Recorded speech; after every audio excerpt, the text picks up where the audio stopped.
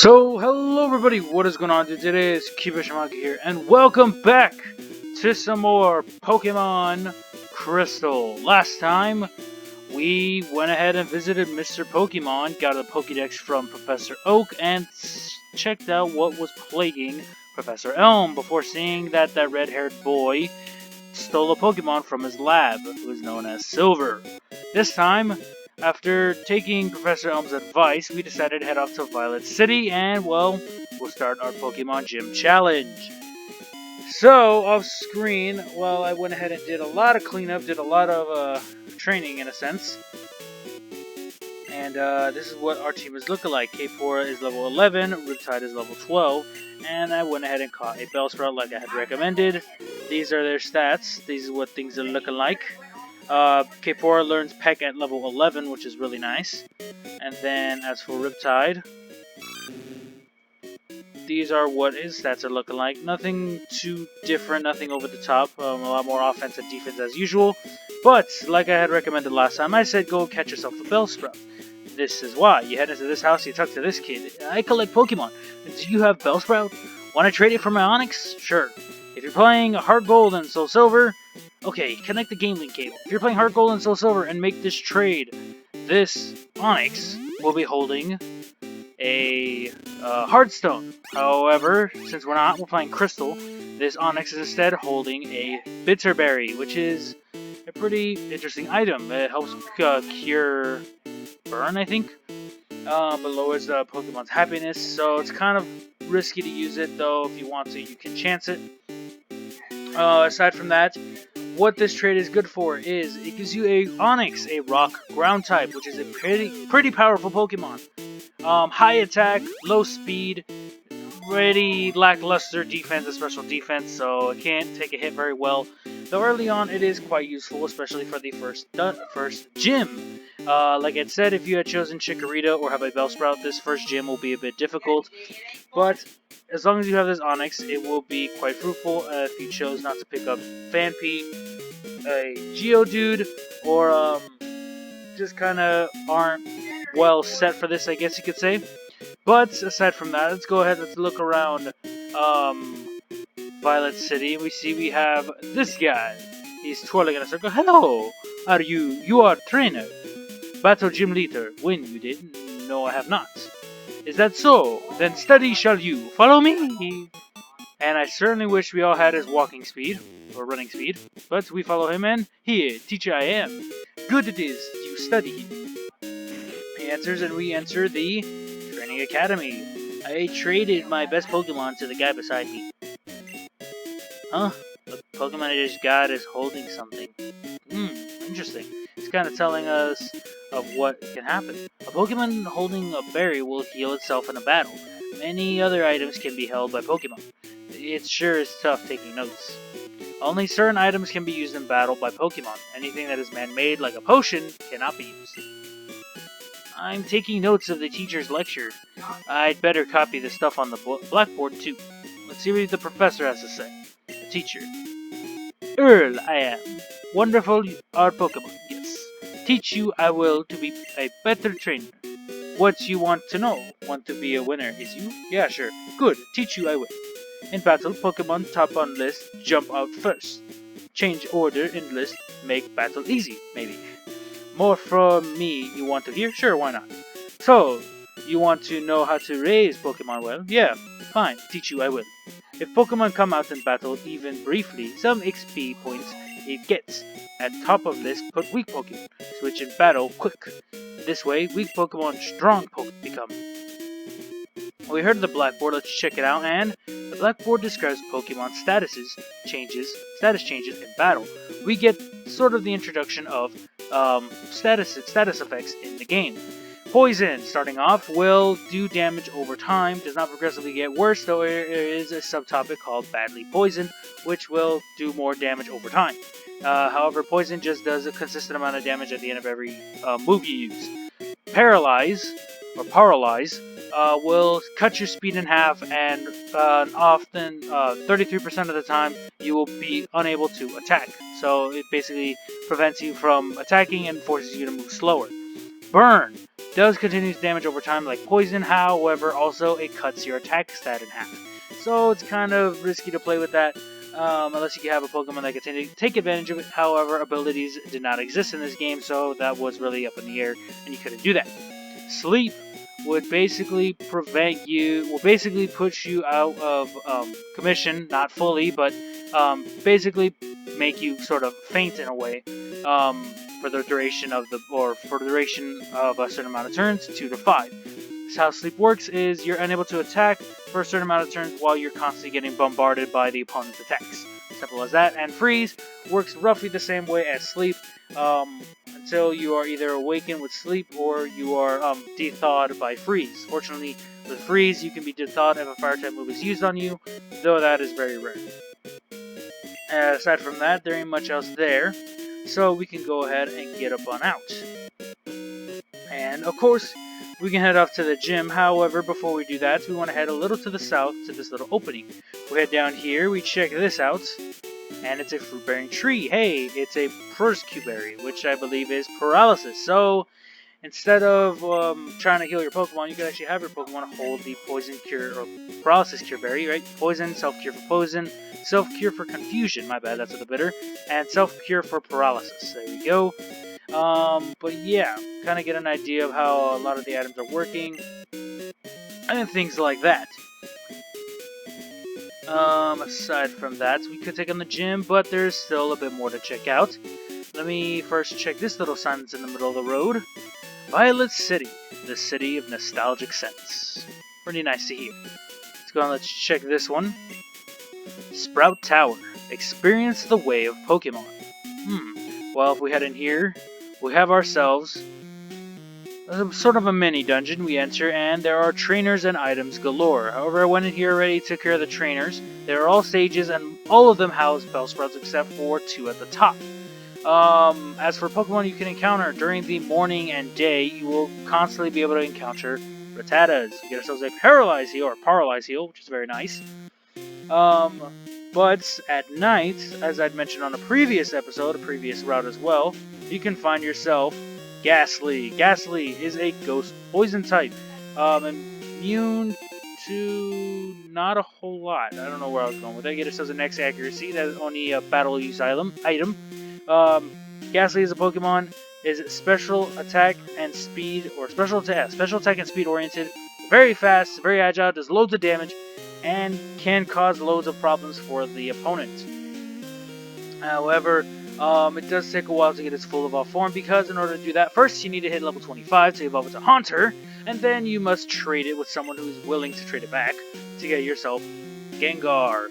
These all trainers all have Bellsprouts, except for this guy. He has a Bellsprout and a Hoothoot, so do watch out for that. Aside from that, I think we're looking pretty good. Let's go ahead and let's take this from Rocky, and let's get ourselves a Bitterberry. And if we go ahead and, well, aside from an encounter, Ghastly is one of my favorite ghost types. It's probably my very favorite ghost type. I just certainly love Ghastly. But aside from Ghastly, yeah, if you're looking for a decent special attacker early on, Ghastly's your go-to, and it's pretty good. But we step over here, we step forward, we hear things are shaking up, and we see, look who it is, the Elder. You are indeed skilled as a trainer. As promised, here's your HM. But let me say this, you should treat your Pokemon better. The way you battle is far too harsh. Pokemon are not tools of war. We see Silver. Humph. He claims to be the Elder, but he's weak. It stands to reason. I'd never lose to fools who babble about being nice to Pokemon. I only care about strong Pokemon that can win. I really couldn't care less about weak Pokemon. He uses an escape rope and he's out of here. Aside from that, let's go and let's grab this item and get ourselves an escape rope, which is awesome. Escape rope allows you to escape from any dungeon for free pretty quickly. You could use it to get out of here, however, I'd recommend you guys hold on to it because it's going to be useful for a little area coming up. We're starting up with K4, let's look forward and let's get to talking. So good of you to come here. Sprout Tower is a place of training. People and Pokemon test their bonds to build a bright future together. I am the final test. Allow me to check the ties between your Pokemon and you. We take on the Sage himself, the Elder, Sage Lee. Sage Lee starts off with a Bellsprout, level 7, Grass Poison type with the moves Growth and Vine Whip, I believe. It doesn't have much variation to its moveset, but it's there. It's gone, let's just use Peck since it's pretty super effective against it. Nearly one-shot it, which was very nice. Yeah, loves to use Growth off the bat and then kind of try to KO you with Vine Whip if it can. However, it's not going to be able to do much because, well, Bellsprout is pretty weak. Aside from that Bellsprout, he also has Hoot Hoot. Hoot Hoot is level, I don't remember off the top of my head, level 10, normal flying type with the moves Growl, Tackle, and Foresight. So, not that much variety. Really, he's just going to try to lower your attack with Growl, and then just make sure to wail on you with Tackle, because that's all it can do. It doesn't have Peck like we do. But yeah, let's go ahead, let's make this work. It's going to use Tackle, of course, as I predicted. So let's Peck again. Boom. Let's use Peck once more. Come on now. One more. There we go.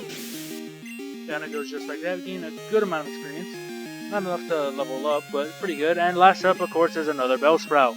His Bellsprout is the same as the first one. Grass Poison type, level 7, with Growth and Vine Whip for its moveset.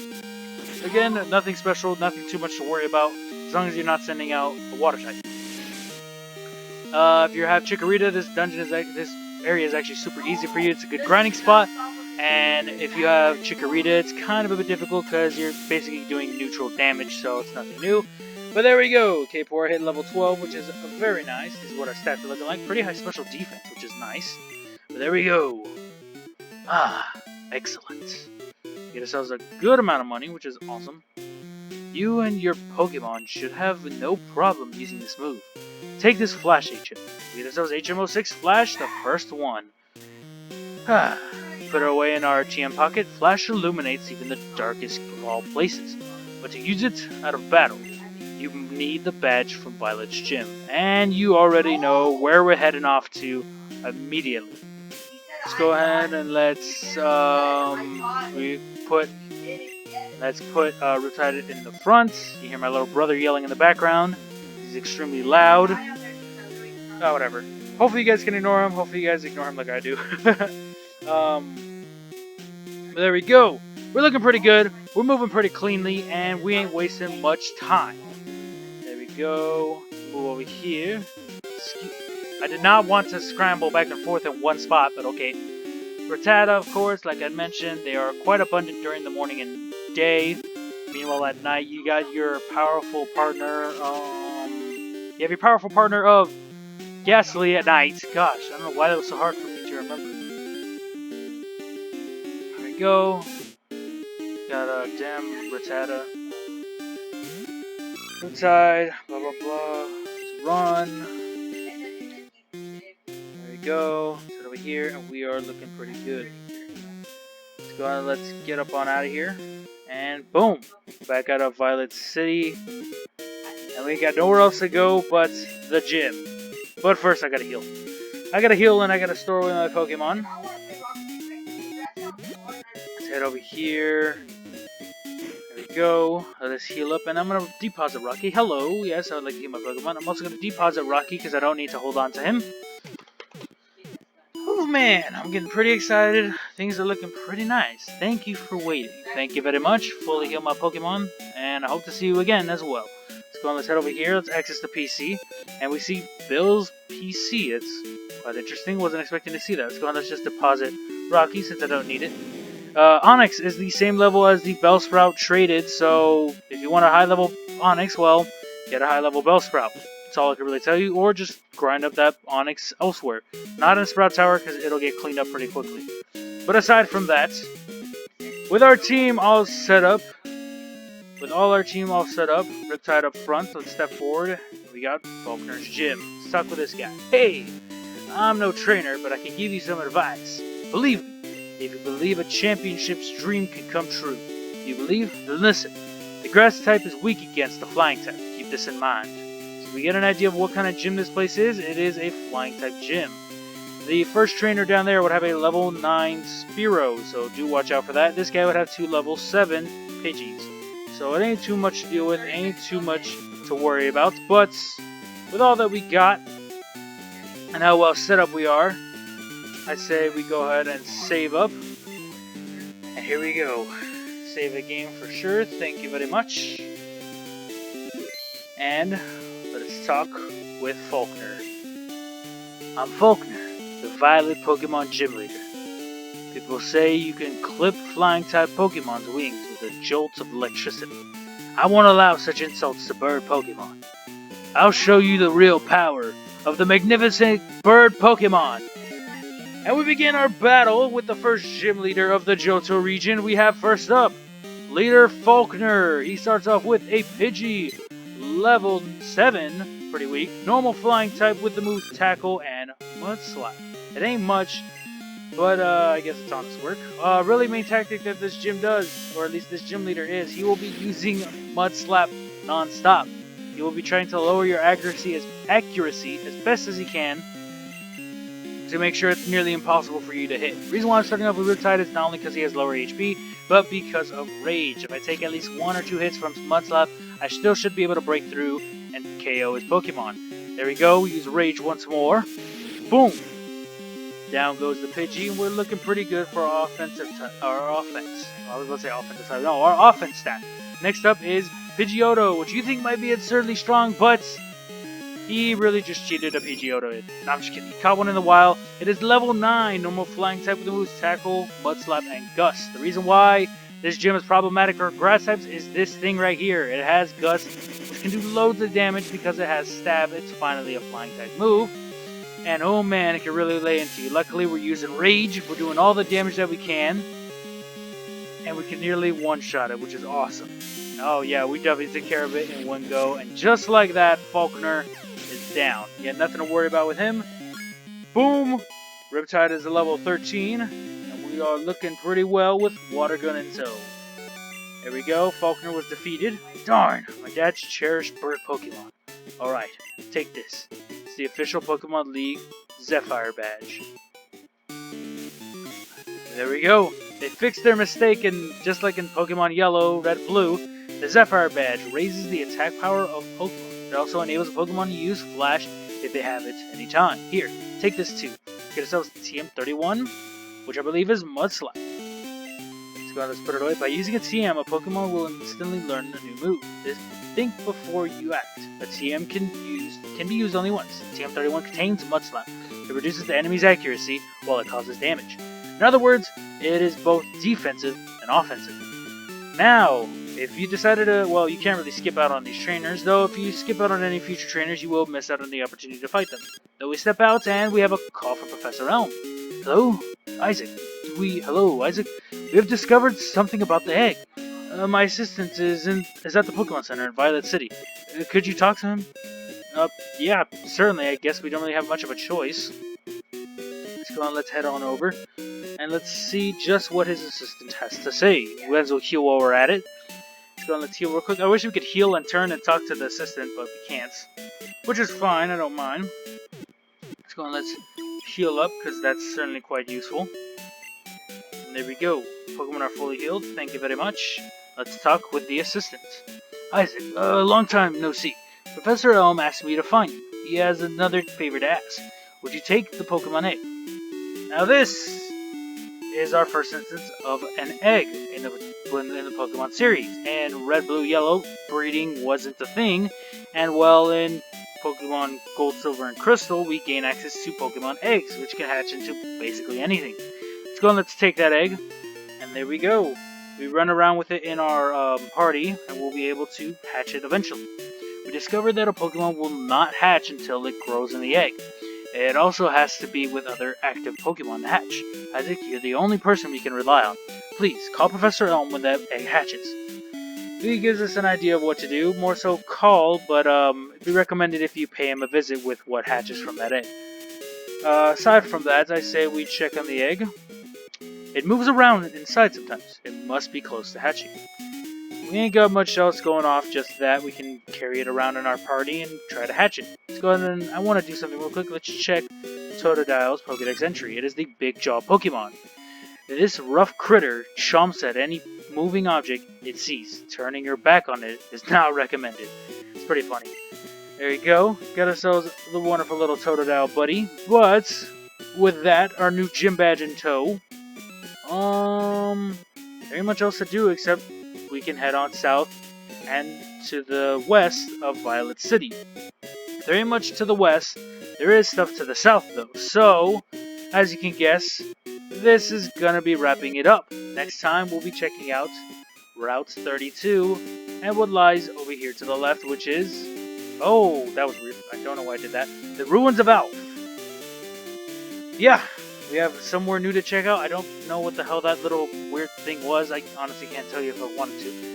But that is it for now. I want to thank you guys all so much for watching. Hope you all did enjoy. If you did, please show me some love and support. Hit that like button. Comment down below what y'all enjoyed. I most certainly would love to see.